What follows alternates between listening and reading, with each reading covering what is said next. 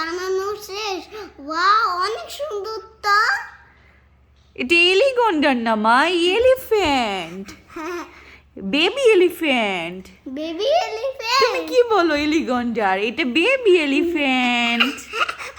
দেখো কি কিউট।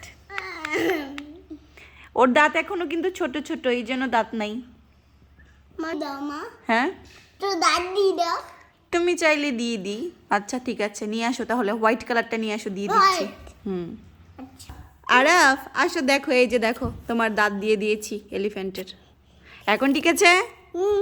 হ্যাঁ বন্ধুরা দেখো,